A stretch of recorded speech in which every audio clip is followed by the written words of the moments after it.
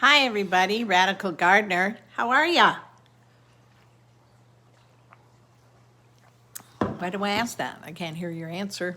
It is Saturday, December 5th. Okay. And it is so beautiful out. I can't even hardly stand it. It's about 72 degrees, a little bit of a nip in the air. I was in the garden for 2 hours doing cleanup. I planted collard greens, broccoli, chives. I'm going to do fennel tomorrow. I'm actually turning some of those pots into growing flowers and stuff. I just am not using as many of the vegetables as I would if, Joe was here. So I just took the peppers out, and I have lots of kale and celery and leeks, and my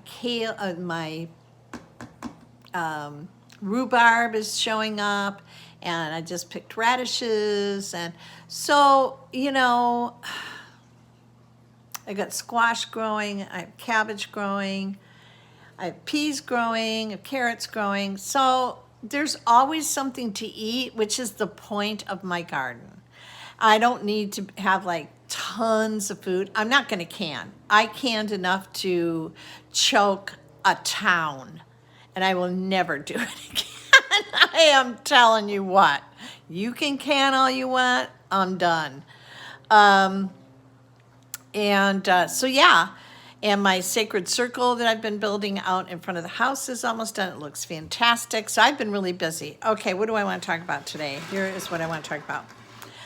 I made this video a few days ago, and somebody called in the middle of it, and I didn't turn off my notifications, and so a 35-minute video went right down the tubes. That sucked. So here we are again. What we have all experienced is that there is such a knee-jerk reaction to President Trump that makes no sense. It's a guy that is working, he's not taking a salary, there's no wars. What is it? 50% of the black voters have left the Democratic Party, because they see, what he had done for their economy. Black colleges are now funded. They don't have to come with their handout every year, supporting black businesses, actually businesses that are, from a lot of like Cuban and Hispanic, and is really had a helping hand for that. I mean, the whole border thing was just, we know what he's been doing. Crimes against children, crimes against humanity. I mean, it just goes on and on and on. Now, is he a perfect man? Absolutely not. Did we want somebody perfect? Well, good luck, because that person doesn't exist. And we didn't want a politician. So when we got someone that wasn't a politician, people were just appalled because he was just saying what was on his mind and not being political. Yeah, don't ever give people what they want. So, there's things, that I'm not a fan of fracking, but I understand why we need to become energy independent. And then with that, we have a robust economy, and then we can make this shift into a new kind of energy, which he has talked about from the moment he took office. He said that there's a new kind of energy. And given his connection through his uncle to Tesla, I don't doubt him. So it doesn't make sense why the hatred. Now, we know the news, we know the media, but we know that's a lot of it. But still, even if media wasn't in the picture, so what is it? Well, I have said all along that Trump is your classic anti-hero. And when somebody is in that position, especially a position where they have influence and visibility, they're really up. I mean, they're going to be attacked because the anti-hero, well, there's a lot of things that happen when somebody, takes on the role as an anti-hero. So one of the things I did is I did a little bit of research. Now I know Jung talks about the shadow and all that, and we're going to get into the shadow stuff. And I know my friend Robert, he says, you want to know about like shadow, read Jung. I read a lot of Jung. I'm not a huge, I used to be a Jungian fan, but I've kind of moved on to other people's explanations of the shadow and what have you. And I prefer the Native American discourse on that. Okay, so the person to really go to, in my opinion, for like the hero's journey is Joseph Campbell, who knows more about, the mythology and the hero, the anti-hero, the journey. So here are 12 things to know or how to identify when somebody is an anti-hero and what to expect. 1, heroes are introduced in the ordinary world where they, number 2, receive the call to adventure. 3, they are reluctant at first, remember he turned it down, or refuse the call, but are encouraged by a mentor, which he was, and a lot of people say the military, it might have been Flynn, it could have been other people, to cross the first threshold and enter the special world, where they encounter tests, allies, and enemies. They approach the inmost cave, crossing a second threshold where they endure the ordeal. They take possession of their reward and are pursued on the road back to the ordinary world. They cross the third threshold, experience a resurrection, and are transformed. I think we're really watching a lot of that right now. They're transformed by the experience. And finally, they return with the elixir, a boon or treasure to benefit the ordinary world. It could be our Constitution. It could be freedom from central banks. It could be all of those things. It could be a lot of different things.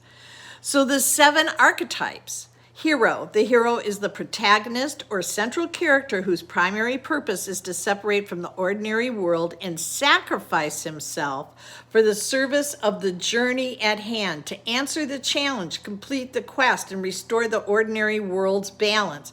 We experience the journey through the eyes of the hero. Please tell me that is not what's happening. Come on. Okay, mentor. The mentor provides motivation, insights, and training to help the hero. So whoever that is, it could just be the art of war. That's really kind of his Bible. Threshold guardian. Threshold guardians protect the special world and its secrets from the hero and provide essential tests to prove a hero's commitment and worth. That certainly has been the case. Okay, it's a little bit cut off. Encounters allies, confronts enemies, and learns the rules of the special world. The hero needs to find out who can be trusted. Allies are earned. A sidekick may join up or an entire hero team forged. We watched that too. Could it be Q? It's up to you whether you believe that or not. Could be, couldn't be. Maybe it's 5-6 people that are around him. Who knows? The hero must prepare himself for the greater ordeals yet to come and needs the stage to test his skills and powers or perhaps seek further training from the mentor. This initiation into the special world also tests the hero's commitment to the journey and questions whether he can succeed. Approach to the inmost cave. The hero must make the preparations needed to approach the inmost cave that leads to the journey's heart or central ordeal. Maps may be reviewed, attacks planned, a reconnaissance launched, and possibly the enemy's forces whittled down before the hero can face his greatest fear or the supreme danger lurking in the special world. The approach may be a time for some romance or a few jokes before the battle, or it may signal a ticking clock or a heightening of the stakes. Oh my gosh, come on. I mean, I just feel like they went, okay, here you go. This is you, Trump. Here is hero. It's just crazy. Ordeal. The hero engages in the ordeal, the central life or death crisis during which he faces his greatest fear, confronts his most difficult challenge, and experiences death. It could be a spiritual death. His journey teeters on the brink of failure. The ordeal is the central magical stage of any journey. Only through death can the hero be reborn, experiencing a resurrection that grants greater power or insight to see the journey to the end. Seizing the sword, the reward. The hero has survived death, overcome his greatest fear, slain the dragon, or weathered the crisis of the heart, and now earns the reward that he has sought. The hero's reward comes in many forms: a magical sword, an elixir, greater knowledge or insight, reconciliation with a lover. Whatever the treasure, the hero has earned the right to celebrate. The hero may have earned the reward outright, or the hero may have seen no option but to steal it. The hero may rationalize this elixir theft, having paid for it with the test and ordeals thus far, but the consequences of the theft must be confronted as the shadow forces race to reclaim the elixir that must not see the light of the ordinary world. And I have said, there's nothing but proof that there was voter fraud. I mean, there's so much proof, it's just insane. So, okay, we know that. I mean, if you're a rational human being and you're watching anything other than CNN, you probably see that there's nothing but voter fraud. It's called Dominion, it's called, the Kraken, do your homework. But the fact, I've said that because it's been so treasonous, he may not care if he gets the electoral vote or not. Now, he's a real hardcore constitutionalist. He follows that Constitution to the letter. So it would, and I think it's in the Constitution, isn't it? You guys, I feel like I've been in a civics class for 4 years. I mean, man. But anyways, I think that the forefathers had actually dealt with this very thing, that if you can prove treason, that the election is, it just, it's not something that holds any weight, because there was just so much fraud and it was all treasonous and coming from our own government. So the roadblock, the hero must finally recommit to completing the journey and accept the road back to the ordinary world. A hero's success in the special world may make it difficult to return, like crossing the threshold. The road back needs an event that will push the hero through the threshold back into the ordinary world. The event should reestablish the central dramatic question, pushing the hero to action and heightening the stakes. The road back may be a moment when the hero must choose between the journey of a higher cause versus the personal journey of the heart. Resurrection. The hero faces the resurrection, his most dangerous meeting with death. This final life or death ordeal shows that the hero has maintained and can apply all that he has brought back to the ordinary world. This ordeal and resurrection can represent a cleansing or purification that must occur now that the hero has emerged from the land of the dead. The hero is reborn or transformed with the attributes of the ordinary self, in addition to the lessons and insights from the journey. They can make their appearance anytime during a journey, but often at the beginning of the journey to announce a call to adventure. A character may wear the herald's mask to make an announcement or judgment, report a newsflash, or simply deliver a message. So anyways, and so you go. Oh, here's the last one. Return with the elixir. The return with the elixir is the final reward earned on the hero's journey. The hero has been resurrected, purified, and has earned the right to be accepted back into the ordinary world and share the elixir of the journey. The true hero returns with an elixir to share with others or heal a wounded land. The elixir can be a great treasure or magic potion. It could be our constitution.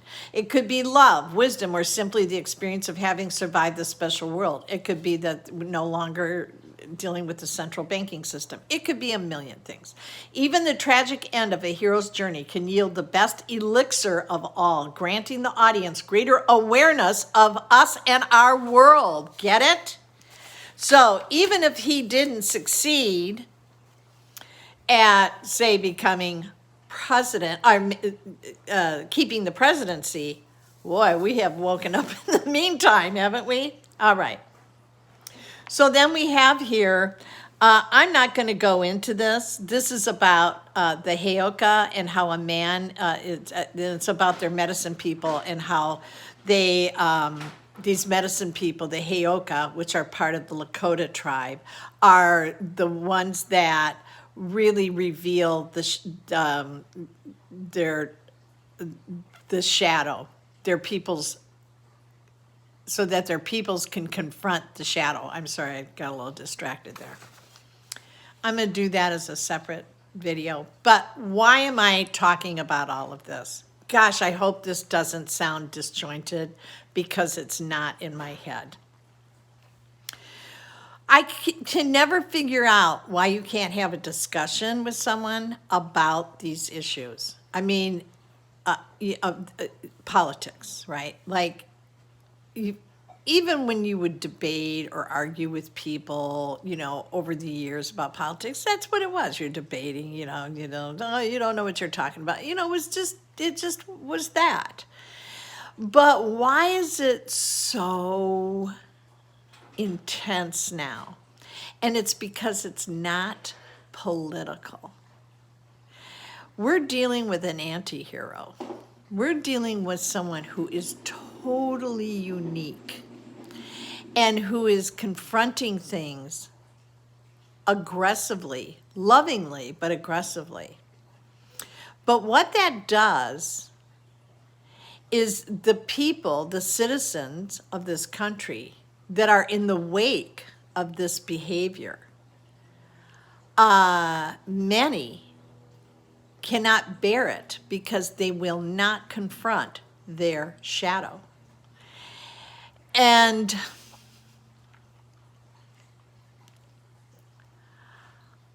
I knew that I suspected something like this, throughout the last few years. But then I was watching this Buddhist guy I really like, Cameron Day, and he said the word shadow, and I went, yes, that's it. And he was saying, because he's a follower of President Trump, and he didn't used to be. He said, not till this year, and that's happened to a lot of people where they really came on board this year. And he said because he realized that he needed to confront his own shadow, which is the job of the anti-hero. Or maybe it's not their job, but maybe it's a result of being in the wake of that energy. So the reason that, could you open up the screen so the cats don't get out? Sorry. Yeah, it's all right. And this one too, so the cats can get in. They're, That one's closed. I was going to do this one first. yeah, but this screen, could you open it so they can get in? They want to get in. Come on, Cheese. Come on, Cheese. Sorry, you guys. Cheese. No. Come on, Cheese. Come on. Come on, get in. Come on. Okay, thanks. All right, sorry about that, you guys. So, like Alice would keep saying to me, my friend Alice, she goes, my family won't even talk to me. She says, they'll have nothing to do with me. These are intelligent people because, I like Trump and I voted for Trump. I go, Alice, that's not what it is. There's something about him that is a trigger for something they don't want to look at, right? Again, you don't have to be a fan, but that's a, a result of standing in the wake of that. What are you threatened by? If you don't like somebody, you don't like somebody. But why that kind of reaction? It doesn't make sense. It's not political. You're not going to have a reaction like that for politics. It's politics. Who cares? Really, it's politics. Okay, so who cares? But it isn't politics. It's really about us facing our shadows. So I remember when he first came on board, and I thought, who is this guy? He's like a reality TV star. Is everybody nuts, right? And then I actually watched some of the speeches he was giving. I go, oh my God, who is this guy, right? So I had to do a lot of exploring because I realized I might have been on the wrong page for a very long time, and there was a lot of things I wasn't seeing at all, and I had to call myself out. What the hell was I thinking? What was I seeing? How did I get so duped? It was just all of those kinds of things, and I had to really have a huge reality check. So not everybody's able to do that. And that doesn't make me better than someone that can't do it. I think what I'm trying to do here is just explain or identify what this is, because it doesn't make sense if we're calling it politics. This is much more personal, right? So, yeah. I will put that link down below, Joseph Campbell. I do kind of want to do this Heyoka, Man Taller Than a Shadow. It is so powerful. Let me see how much there is of this.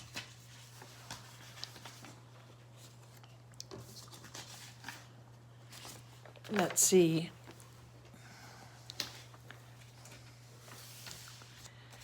Let's see if we have it. Well, I'll do it at a later time. It's a reason for, the time to clean my pool. So anyway, all right, you guys, it was really great to see you. I hope you enjoyed that. Sorry for the noise and for the interruption, but life goes on. I do want to talk a little bit about what I've been going through with my health. It's all great, but well, maybe I'll just do that right now.